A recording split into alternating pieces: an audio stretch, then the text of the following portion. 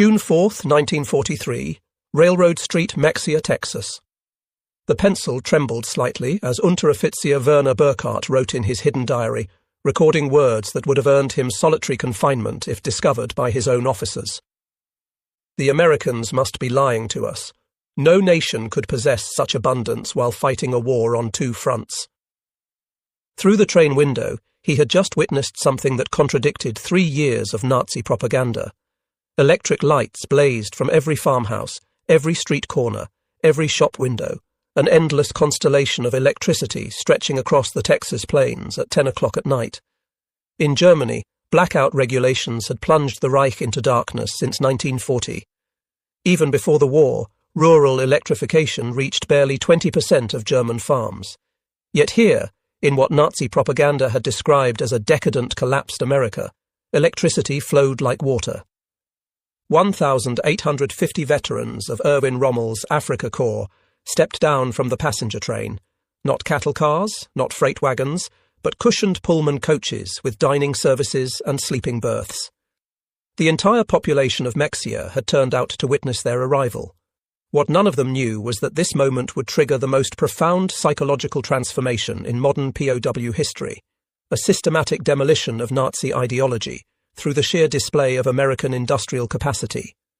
The mathematics of Allied victory were being written not in battle plans, but in production statistics that would soon shatter every assumption these soldiers carried about their enemies, their homeland, and their cause. The collapse had begun on May 13, 1943, in Tunisia. General Jürgen von Arnim, Rommel's replacement, surrendered along with approximately 250,000 to 275,000 German and Italian soldiers. The numbers varied as scattered units continued surrendering over several days. The Wehrmacht's most experienced desert fighters, men who had driven the British back to Egypt, who had earned the grudging respect of Montgomery himself, were suddenly prisoners. Among them was Hauptmann Friedrich Radke, holder of the Iron Cross First Class, veteran of the France campaign, wounded twice in North Africa. His diary, discovered decades later in the National Archives, would provide historians with the most detailed account of the psychological impact of American captivity on German soldiers. The journey from defeat to revelation began in the port of Oran, Algeria. As Radke and 30,000 other POWs waited in makeshift camps for transport ships, American efficiency was already beginning to crack their preconceptions. The US Army processed thousands of prisoners daily, with an organizational precision that exceeded anything the Wehrmacht had achieved, even at the height of its power.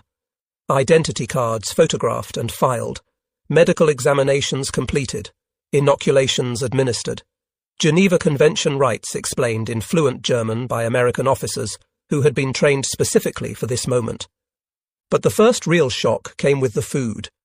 Obergefreiter Hans Möller, captured with the 21st Panzer Division, wrote to his mother 8 months later, "In the cage at Oran, while we waited for ships, the Americans fed us better than we had eaten in 6 months of desert warfare. White bread, real coffee, meat twice a day. We thought it was propaganda, that they were trying to impress us. We didn't realize this was their standard military ration. The Liberty ships that would carry them across the Atlantic were themselves monuments to American industrial capacity. The SS Robert E. Peary had been built in 4 days, 15 hours, and 29 minutes at Kaiser Shipyards in Richmond, California, a fact that would have been dismissed as impossible propaganda if the Germans had known it. These vessels, produced at a rate of 3 per day at the peak of production, were returning from delivering supplies to the European theatre. Rather than sail back empty, they carried human cargo, up to 30,000 POWs per month by summer 1943. The 2-week Atlantic crossing in July 1943 provided the second phase of psychological demolition. Feldwebel Kurt Zimmermann of the 90th Light Division kept a detailed account that survived in letters to his family after repatriation. The ship's crew, he noted, disposed of more food waste each day than his entire company had received in weekly rations during the final months in Africa.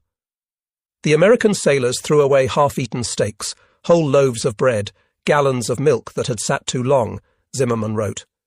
They did this openly, without thought. Not to mock us, but because to them this waste meant nothing, their supply was limitless.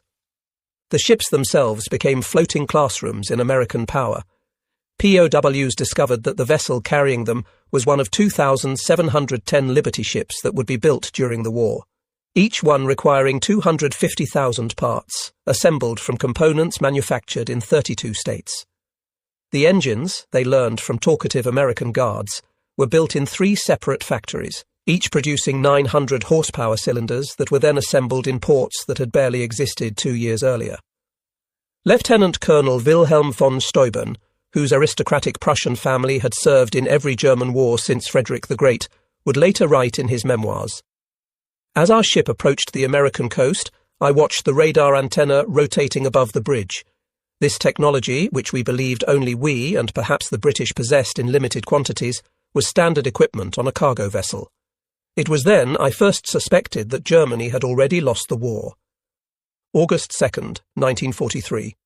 Norfolk Naval Base, Virginia. The first sight of America shattered the last remnants of Nazi propaganda about American industrial weakness. The Norfolk base sprawled across 4,300 acres, its docks stretching for miles, its cranes loading and unloading dozens of ships simultaneously. In a single day, this one port handled more tonnage than the entire German port of Hamburg managed in a week. Gefreiter Johann Weber, a factory worker from the Ruhr before his conscription, counted 47 cargo ships in various stages of loading or unloading. Each crane, he noted in his secret diary, lifted loads that would have required a dozen men and horses in Germany. They moved with electric power, smoothly, continuously, without the coal smoke that choked our industrial cities. The prisoners were formed into columns for the march to the waiting trains. Along the route, they passed parking lots filled with civilian automobiles, hundreds of them, belonging to dock workers. In Germany, private automobile ownership remained a privilege of the wealthy and the party elite. The Volkswagen, promised to the German people since 1934, remained a propaganda dream with fewer than 1,000 ever delivered to civilians. Here, ordinary labourers drove to work in their own cars. But nothing prepared them for the trains themselves. Not boxcars, not the 40 and 8 wagons, 40 men or 8 horses, that had carried German troops across Europe, but full passenger coaches. Pullman cars with padded seats that converted to sleeping berths, dining cars with white tablecloths and silver cutlery, observation cars with panoramic windows. Hauptmann Radke wrote, "We boarded like tourists, not prisoners." The American guards seemed almost embarrassed by the comfort. One sergeant apologized that the air conditioning wasn't working properly in our car. Air conditioning. In August. We had believed such luxury existed only in Hitler's personal train.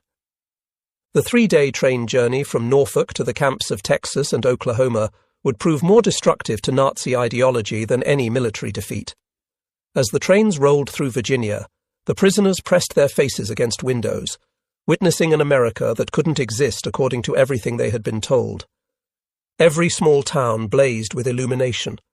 Martinsville, Danville, Greensboro, communities that in Germany would have been lucky to have a single electric street lamp displayed illuminated shop windows, electric signs, houses with lights burning in multiple rooms. The trains passed factories running night shifts, their windows glowing, parking lots full even at midnight. Obergefreiter Möller, whose father was a Nazi party block leader in Hamburg, wrote in a letter discovered in 1987, "We passed through dozens of cities that first night. Everyone had more electricity than all of Hamburg.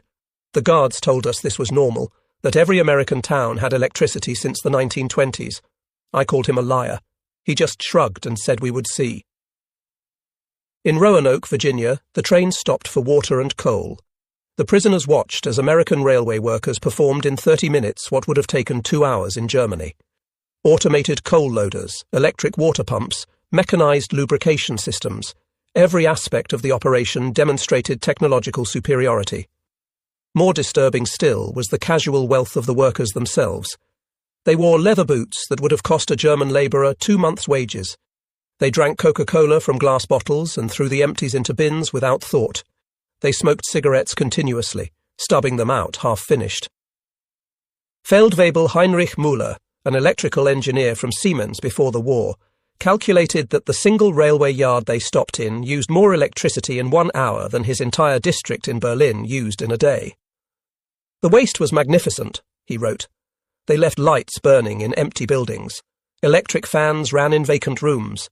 It was the carelessness of infinite resource. As the trains crossed into Tennessee and Kentucky, the prisoners encountered American industrial power in full display. Through the windows, they watched endless factories, each one larger than anything most had seen in Germany.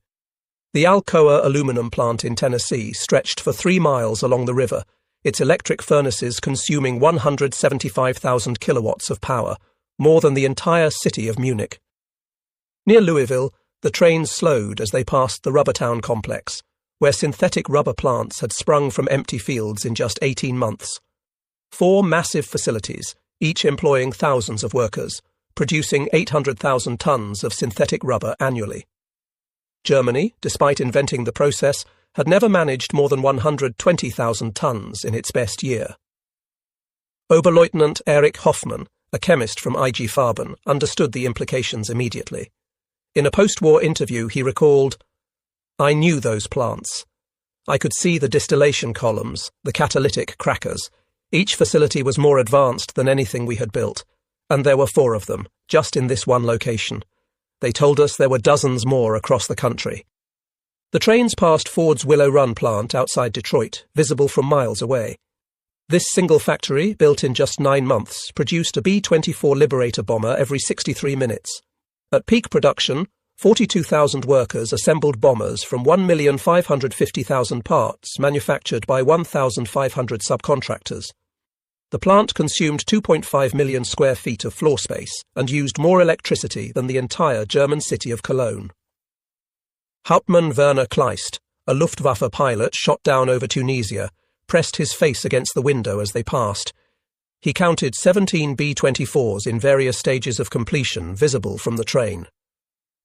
We had been told American planes were inferior, hastily built, would fall apart in combat, but I could see the precision of the assembly lines, the quality of the construction. These were not inferior aircraft. They were simply built faster than we could imagine possible. The deeper the trains penetrated into America, the more complete became the destruction of Nazi mythology. In St. Louis, they crossed the Mississippi River on the Eads Bridge, while below them barges carried more grain than the entire German harvest of 1942. The prisoners could see grain elevators stretching along both banks, each one holding enough wheat to feed a German city for months. Unteroffizier Karl Schmidt, a farmer's son from Bavaria, wrote in his diary, "The Americans transport food as we transport ammunition, in endless quantities, without concern for loss. I watched them loading a single barge with enough wheat to feed my entire village for 5 years. The crane operator was eating a sandwich with meat thicker than our weekly ration." In Kansas City, the train stopped at a massive stockyard, where tens of thousands of cattle waited for slaughter. The smell of meatpacking plants filled the air for miles. German POWs, who had subsisted on 200 grams of meat per week in Africa when lucky, watched American workers eating beef sandwiches during their lunch break. "They ate meat like we ate bread," wrote Gefreiter Paul Fischer. "No, that's wrong. They ate meat like we wished we could eat bread. The guard bought us hamburgers from a stand near the station. Meat, cheese, vegetables, on white bread for 15 cents. He bought 20 of them without thinking, paid with a $1 bill. This was not special. This was their normal food." The arrival at the camps themselves provided the next level of cognitive demolition. Camp Hearn, Texas, built in just 4 months, housed between 3,000 and 4,800 prisoners in conditions that exceeded what most had known as civilians. Wooden barracks with electric lights, flush toilets, hot showers, and steam heat. Each building constructed with more lumber than entire German villages possessed. The camp hospital astounded the medical personnel among the prisoners. Oberarzt, Lieutenant Colonel, Dr. Friedrich Bauer, Chief Surgeon of the 164th Light Division, found himself in a facility better equipped than most German civilian hospitals. X-ray machines, surgical equipment, pharmaceutical supplies that had been unavailable in Germany since 1941, all standard provision for enemy prisoners. They had penicillin, Dr. Bauer would later testify, this miracle drug that we had only heard rumours about.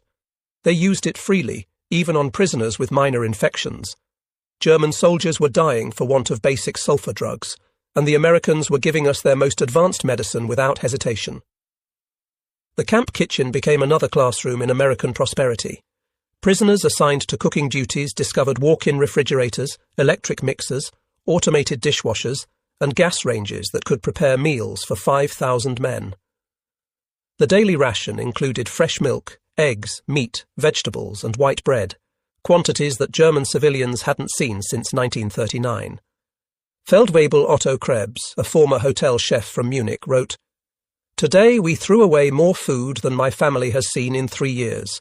Not spoiled food, simply excess. The American regulations require we prepare 10% more than needed to ensure every prisoner receives full rations. The surplus is discarded. I wept as I threw perfectly good bread into the garbage."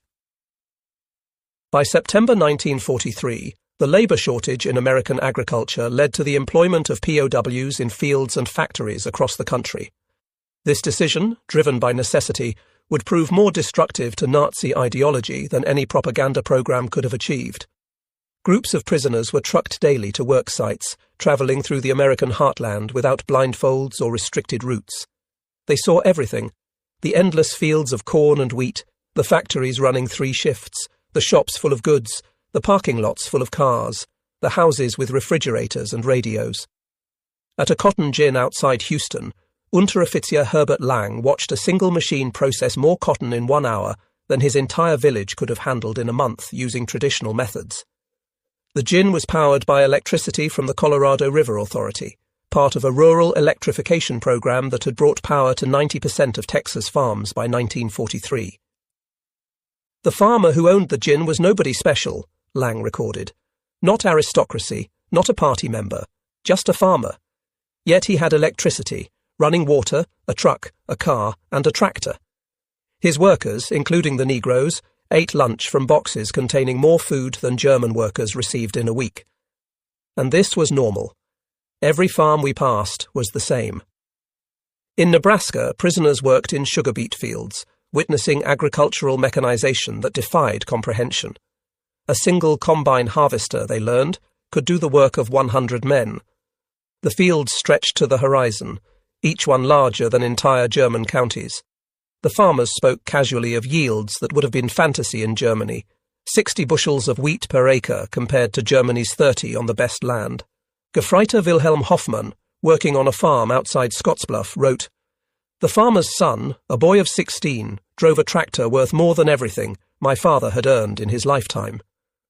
When I mentioned this, the boy laughed and said it wasn't even a particularly good tractor. His father was waiting for a new model from John Deere that would be even better. The most devastating revelations came to those prisoners who worked near or in American factories. While Geneva Convention rules prohibited direct war production work, POWs could work in industries that freed American workers for military production. This technicality allowed thousands of German prisoners to witness American industrial capacity firsthand. At a Campbell's soup factory in New Jersey, prisoners watched production lines that processed more tomatoes in a single day than most German factories handled in a month. The facility operated with a skeleton crew of women and elderly men, as most young workers were in the military, yet production exceeded peacetime levels. Stabsfeldwebel Ernst Wagner, who had worked in a German food processing plant before the war, documented the experience.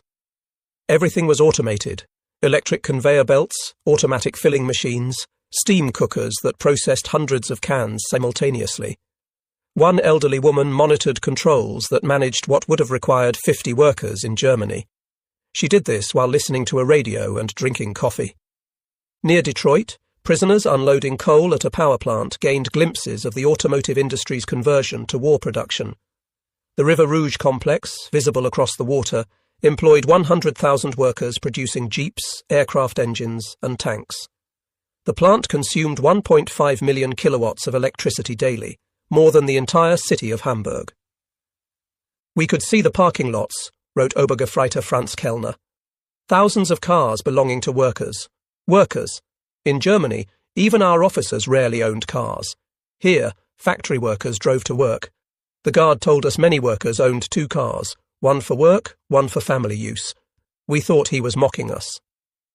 By winter 1943, the cumulative impact of these observations was producing what American intelligence officers called ideological collapse syndrome among the prisoners. The Special Projects Division, the secret re-education program run by the Provost Marshal General's office, documented increasing numbers of prisoners requesting access to American newspapers, books and educational materials. Major Paul Neuland, a member of the monitoring team, reported in December 1943. The prisoners no longer argue when shown production statistics. They have seen too much. The most fanatical Nazis have become quiet. They still maintain loyalty to Germany, but no longer speak of victory. Many openly question what they were told about America. The camp newspapers, produced by prisoners themselves, began reflecting this transformation. Der Ruf, The Call, published at Fort Kearny, Rhode Island, gradually shifted from defiant nationalism to discussions of democracy, economic systems, and post-war reconstruction. The editors, carefully selected anti-Nazi prisoners, found their audience increasingly receptive. Lieutenant Hermann Goetz, captured with the 10th Panzer Division, wrote in a letter that passed American censors, "We were told America was a mongrel nation, weak, divided, controlled by Jews, incapable of military prowess. Every day I am here, I see the opposite. This is the most organized, unified, and powerful nation on earth. We were told fairy tales by criminals." The most devastating blow to Nazi ideology came from an unexpected source: the treatment of Italian prisoners after Italy's surrender in September 1943.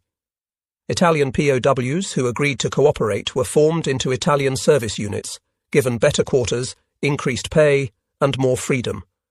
German prisoners watched their former allies working alongside Americans, eating in American restaurants, some even dating American women. Hauptmann Friedrich Schulz wrote, "The Italians betrayed us, yet they are treated better than we treated them as allies. They work freely, earn money, send packages home. The Americans show them no hatred. This democracy we were taught to despise appears more honourable than our own system." Christmas 1943 provided the most profound psychological impact. American organizations, churches, and civic groups sent 500,000 Christmas packages to German POWs, enemies who had been trying to kill American soldiers months earlier. Each package contained cigarettes, candy, toiletries, and games. Local communities invited prisoners to Christmas dinners, though regulations prevented most from accepting. At Camp Hearn, Texas, the local Methodist church choir performed Christmas carols in German for the prisoners. Women from Hearn sent in homemade cookies and cakes. The Boy Scouts delivered handmade Christmas cards.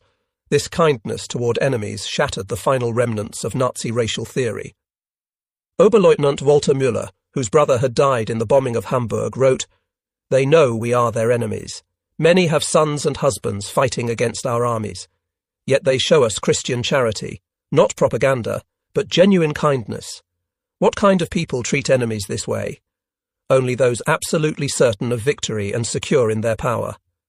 The Christmas feast itself defied comprehension. Turkey, ham, mashed potatoes, gravy, vegetables, pies, ice cream, quantities of food that Germany hadn't seen since before the First World War. The prisoners ate until they were sick, unable to comprehend such resources being lavished on enemies. "We ate like kings," wrote Feldwebel Hans Richter. "Better than German generals eat, better than party leaders." And this was not special. The guards told us this was a normal American Christmas dinner, that every American family was eating the same meal. If they can feed prisoners this way, what must their own soldiers eat? By early 1944, over 40,000 German prisoners were enrolled in educational programs. They studied English, American history, mathematics, and sciences. The University of Chicago provided correspondence courses. Stanford University sent professors to lecture on democracy and economics. The thirst for knowledge was insatiable. Prisoners who had been told Americans were cultureless barbarians discovered libraries with millions of books, universities that welcomed all social classes, scientific research that led the world. They read American newspapers freely, comparing multiple viewpoints, something impossible in Nazi Germany. Hauptmann Dr. Wilhelm von Braun, a physicist conscripted from the Kaiser Wilhelm Institute, attended lectures on atomic physics at Camp Shelby. He later wrote, "American professors, including Jewish refugees from Germany, taught us without hatred. They spoke of science as universal, belonging to all humanity. They were years ahead of German research, and they shared knowledge with enemies. This generosity of spirit was incomprehensible to minds shaped by Nazi ideology. The camp theatres showed American films, not propaganda, but regular Hollywood productions. Prisoners watched Gone with the Wind, seeing a depiction of American defeat and recovery that resonated with their own situation. They saw The Grapes of Wrath, amazed that Americans would show such self-criticism to enemies. "They hide nothing," wrote Lieutenant Joseph Kramer. "They show their problems, their failures, their conflicts. Yet this honesty makes them stronger, not weaker." In Germany, such criticism would mean death. Here it is considered patriotic. Spring 1944 brought expanded prisoner labour programmes as American production reached its peak. German POWs worked in canneries, mills and fabrication plants, witnessing the full might of American industrial capacity. The numbers told a story that no propaganda could counter. At the Higgins boat factory in New Orleans, prisoners unloaded steel that would become landing craft for D-Day. They watched as workers assembled 700 boats per month, each one requiring 20,000 parts. The factory employed 20,000 workers, including thousands of women who operated cranes, welded hulls and managed production lines. Stabsfeldwebel Kurt Zimmermann wrote, "Women doing men's work, Negroes operating complex machinery, teenagers running drilling equipment, everything, we were told, was impossible in a democracy. Yet production never stopped. 3 shifts, 24 hours, 7 days a week. They produced more boats in a month than our entire Navy built in a year." At Republic Steel in Ohio, prisoners witnessed the production of 10,000 tons of steel daily. The blast furnaces ran continuously, fed by endless trains of iron ore from Minnesota and coal from Pennsylvania. The scale defied German comprehension. This single plant produced more steel than the entire Ruhr at its peak. "I worked at Krupp before the war," wrote Obergefreiter Paul Hartmann. "I thought I understood industrial production, but this was beyond imagination. They wasted more steel in spillage than we could produce. The workers complained about overtime while producing quantities we couldn't achieve with slave labour and double shifts."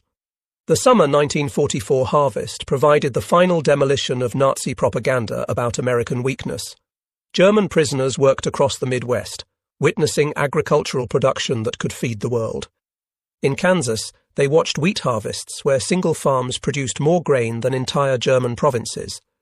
Combines moved across fields like ships across an ocean of gold, each one harvesting 100 acres per day. The grain elevators they filled could hold more wheat than Germany imported in an entire year. Unteroffizier Franz Weber, a farmer from East Prussia, wrote, "One American farmer with machinery does the work of 100 German farmers. They showed me aerial photographs of the wheat fields, thousands of square miles of grain. They could lose half their harvest and still have more than all of Europe combined." In California's Central Valley, prisoners picked fruit in orchards that stretched beyond the horizon. They watched as perfectly good fruit was discarded for minor blemishes, fruit that would have been treasured in Germany.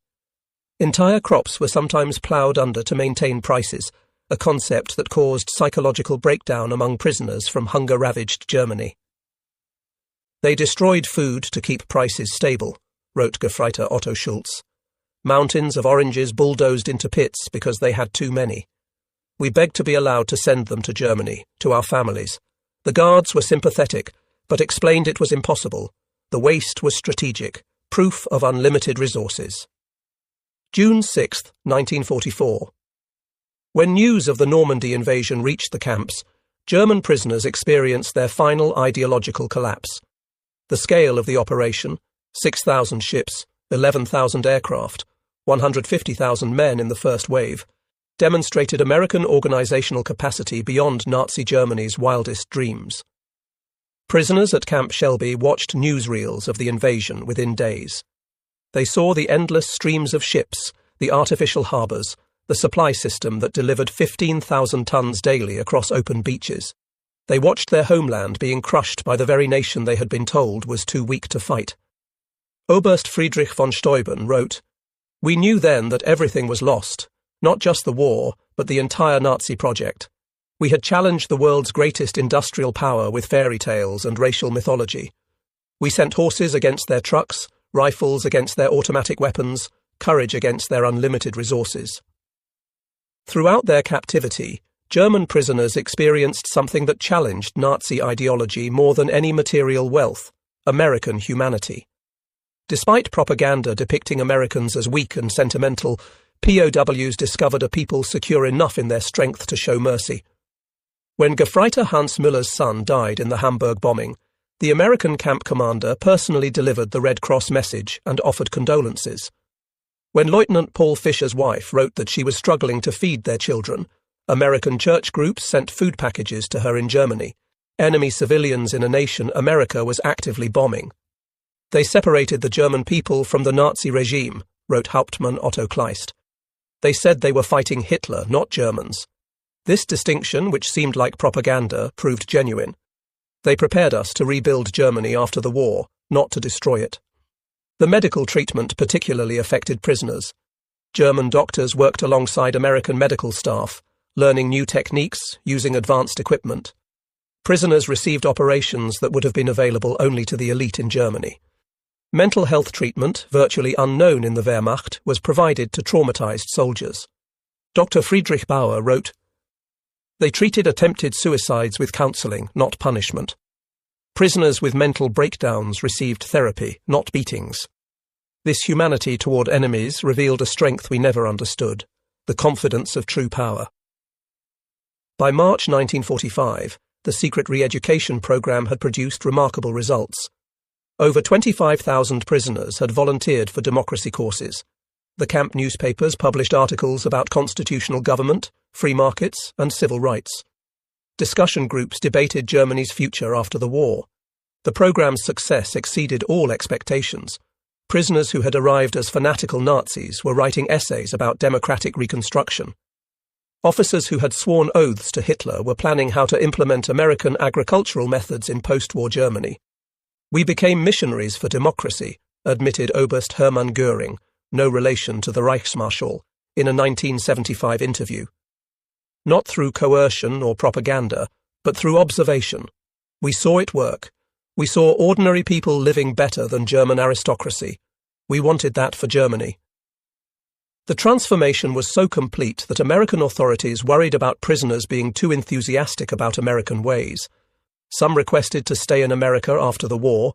Others married American women they met through prison correspondence programs. Thousands would eventually emigrate to America in the 1950s. April 1945 brought the final revelation. As American forces liberated concentration camps in Germany, the footage was shown to German POWs. Many refused to believe it initially, claiming it was propaganda. But the evidence was overwhelming. Testimony from American soldiers, photographs, newsreels, and eventually letters from Germany confirming the horror. The psychological impact was devastating. Men who had maintained some pride in German honor despite military defeat now faced the complete moral collapse of their nation. Everything they had fought for was not just defeated, but evil. Hauptmann Walter Schmidt wrote the most eloquent summary. "We thought we were warriors for a great cause. We discovered we were tools of criminals. We believed we were bringing civilization to inferior peoples.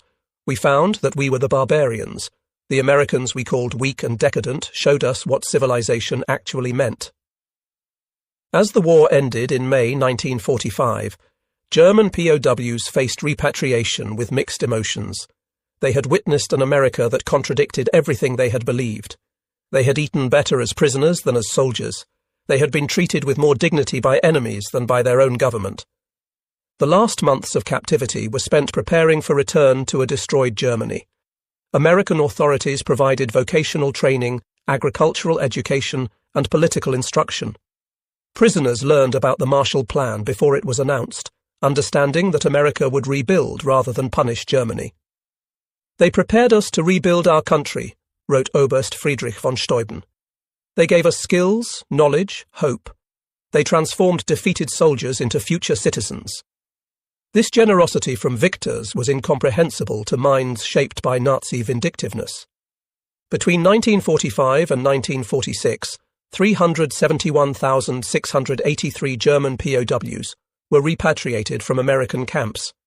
They returned to a Germany divided, destroyed, and destitute. But they brought with them something precious: knowledge of how a democratic industrial society functioned. The German POWs who experienced American prosperity became unwitting agents of transformation in post-war Germany.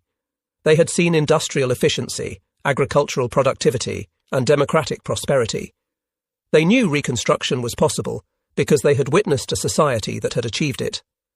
Many former POWs rose to prominence in West Germany's reconstruction.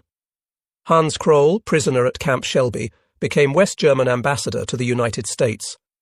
Walter Hallstein, who taught classes at Camp Como, became president of the European Commission. Rüdiger von Wechmar, held at Camp Herne, served as German permanent representative to the United Nations. Eduard Ackermann, prisoner at Fort Robinson, became a leader in German agricultural reform. They brought American methods to German industry, American efficiency to German agriculture, and American democratic ideals to German politics. The economic miracle of the 1950s was built partly on knowledge gained in American prison camps. We learned that prosperity came from freedom, not conquest, Hans Kroll wrote in his memoirs. We saw that democracy created wealth, that diversity brought strength, that treating workers well increased production. These lessons, learned as prisoners, shaped the new Germany. Historians have called the German POW experience in America one of the most successful re-education programs in history. Without coercion, without propaganda in the traditional sense, American industrial might and democracy converted hardened Nazis into future democratic citizens.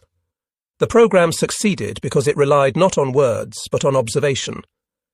Prisoners saw American society functioning at peak efficiency, while treating enemies with dignity. They witnessed industrial capacity that made German production look primitive.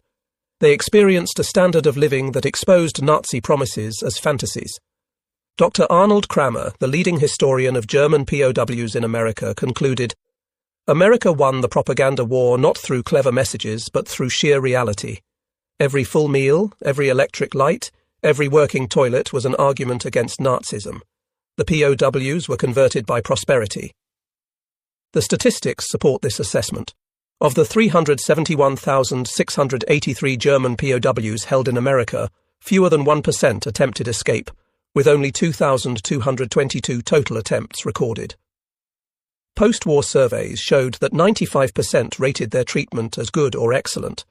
Most remarkably, thousands maintained correspondence with American families for decades after the war. In 1985, on the 40th anniversary of the war's end, surviving German POWs held a reunion in Austin, Texas. Over 500 former prisoners returned to America, many bringing their families to show them where their transformation had begun. Former Obergefreiter Hans Wecker, who had been held at Fort Robinson, Nebraska, and later returned to become a physician in Georgetown, Maine, spoke at the reunion. Life in the camps was a vast improvement for many of us who had grown up in cold water flats in Germany. We discovered running water, central heating, and abundant food. But more than that, we discovered dignity. Former Stabsfeld-Weibel Kurt Meyer, who had worked on farms in Iowa, added, "The farmers treated us not as enemies, but as young men far from home. They shared their meals, their knowledge, sometimes their homes.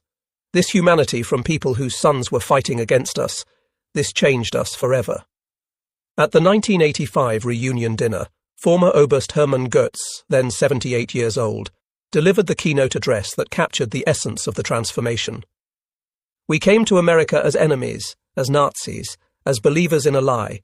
We left as friends, as Democrats, as men who had seen the truth. America showed us that strength comes not from conquest, but from production, not from hatred, but from diversity, not from tyranny, but from freedom. We witnessed the arsenal of democracy at full production. We saw farmers who produced food for the world, workers who built the tools of victory, and citizens who treated enemies with dignity. We learned that America's true weapon was not its bombs or tanks, but its inexhaustible capacity for creation and its unshakable confidence.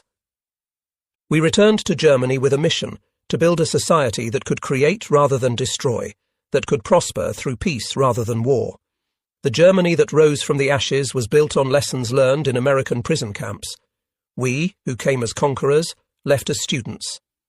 To America, from your former enemies, now your friends, thank you for showing us the way." The auditorium erupted in standing ovation, Americans and Germans together, Former enemies united in recognition of a transformation that had seemed impossible when those first trains rolled into Texas in June 1943. The magnitude of the German POW experience in America can be measured in stark statistics that reveal both the scale of the operation and its remarkable success. Camp infrastructure. Over 500 camps across 45 states, every state except Nevada, North Dakota, and Vermont. 175 main camps with 325 branch camps. Camps built to house from 250 to 12,000 prisoners each. Construction completed in average of 90 days per camp. Prisoner population, 371,683 German POWs, part of 425,871 total Axis POWs. Peak population in May 1945. Average of 20,000 new arrivals monthly in 1943, 30,000 monthly after D-Day, 60,000 monthly in final months of war. Labour contribution, 14 million man-days of agricultural labour, 100 million board feet of lumber processed, $230 million in labour value, 1940s dollars. 80 cents daily wage per prisoner. Prisoners filled critical labour shortages in 46 states. Escape statistics. Only 2,222 escape attempts from over 371,000 prisoners, 0.6%. 0 successful permanent escapes. Most escapees recaptured within 24 hours. No American civilians harmed by escaped POWs. Educational programs. 40,000 plus enrolled in educational courses. 135 camp newspapers published. 30,000 taking English classes. 15,000 in vocational training, university correspondence courses for 8,000. Post-war immigration, approximately 5,000 former POWs emigrated to US after war. 12,000 plus maintained correspondence with American families. Average correspondence duration, 31 years. Many returned as tourists or business partners. Treatment assessment, 95% rated treatment as good or excellent. 74% believed captivity positively changed their worldview. 61% expressed interest in learning about democracy. Less than 10% maintained strong Nazi beliefs by 1945. The German POWs who experienced American industrial might didn't just witness history, they were transformed by it. Their captivity became education, their defeat became enlightenment, and their imprisonment became liberation from the ideological chains of Nazism. In the end, America's greatest victory was not on the battlefield, but in the prison camps, where overwhelming evidence of democratic prosperity accomplished what armies could not: the complete transformation of enemy minds. The POWs had arrived believing in German superiority and American weakness. They left knowing the truth. American industrial might was not just overwhelming, it was incomprehensible to minds shaped by scarcity and tyranny. The trains that had brought them into captivity in 1943 had carried warriors of the Third Reich. The ships that returned them to Germany in 1946 carried architects of democracy. They had seen the future, and it worked. Their story stands as testament to a profound truth. The most powerful weapon in America's arsenal was not military might, but the simple, overwhelming evidence of a free society's capacity to create abundance. The German POWs were stunned by American industrial might, but ultimately they were converted by it. In their transformation lay the seeds of Europe's post-war redemption and the final defeat of the Nazi dream. They returned to Germany not as defeated enemies, but as witnesses to what free societies could achieve. The economic miracle that transformed West Germany in the 1950s was built on foundations laid in American prison camps, where enemy soldiers learned that prosperity came not from conquest, but from freedom, not from racial superiority, but from human dignity, not from totalitarian control, but from democratic cooperation. The German POWs had arrived in America expecting to find a weak, divided nation on the verge of collapse. Instead, they discovered an industrial colossus of unlimited power and surprising humanity. They had come as prisoners of war, but left as witnesses to the arsenal of democracy at its absolute peak. In their awe at American abundance lay the psychological seeds of the Atlantic Alliance, the Marshall Plan, and the democratic reconstruction of Germany. They had seen America, and they would never be the same. Their children would grow up in a democratic Germany allied with the United States, a partnership built on the transformation that began when 1850 Africa Corps veterans stepped off a train in Mexia, Texas, and discovered that everything they believed was wrong. The story of German POWs in America is ultimately a story of redemption through revelation. It proves that sometimes the greatest victories are won not through destruction, but through demonstration, not through propaganda, but through prosperity, not through hatred, but through humanity. The German soldiers who witnessed American industrial might became the unwitting ambassadors of democracy, carrying back to their homeland the seeds of transformation that would bloom into one of history's most successful reconstructions. Their journey from Nazi warriors to democratic citizens remains one of the most remarkable transformations in modern history, accomplished not through force, but through the overwhelming evidence of what free people could achieve when they worked together. In the end, that was America's secret weapon, not just the ability to produce more tanks and planes than any nation in history, but the capacity to transform enemies into friends through the simple power of example. The German POWs were stunned by America's industrial might, but more importantly, they were changed by it. And in that change lay the foundation for a better world.